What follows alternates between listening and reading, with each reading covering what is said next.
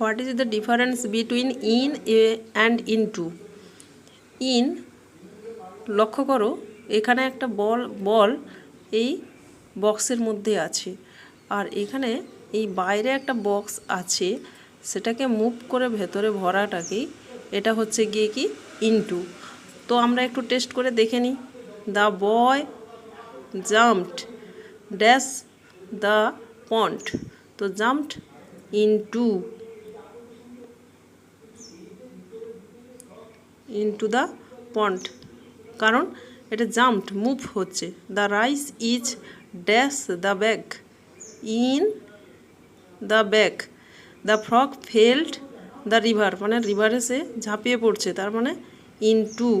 the ice is dash the tray, in the tray, যেহেতু এটা মধ্যে থাকবে, ট্রের মধ্যে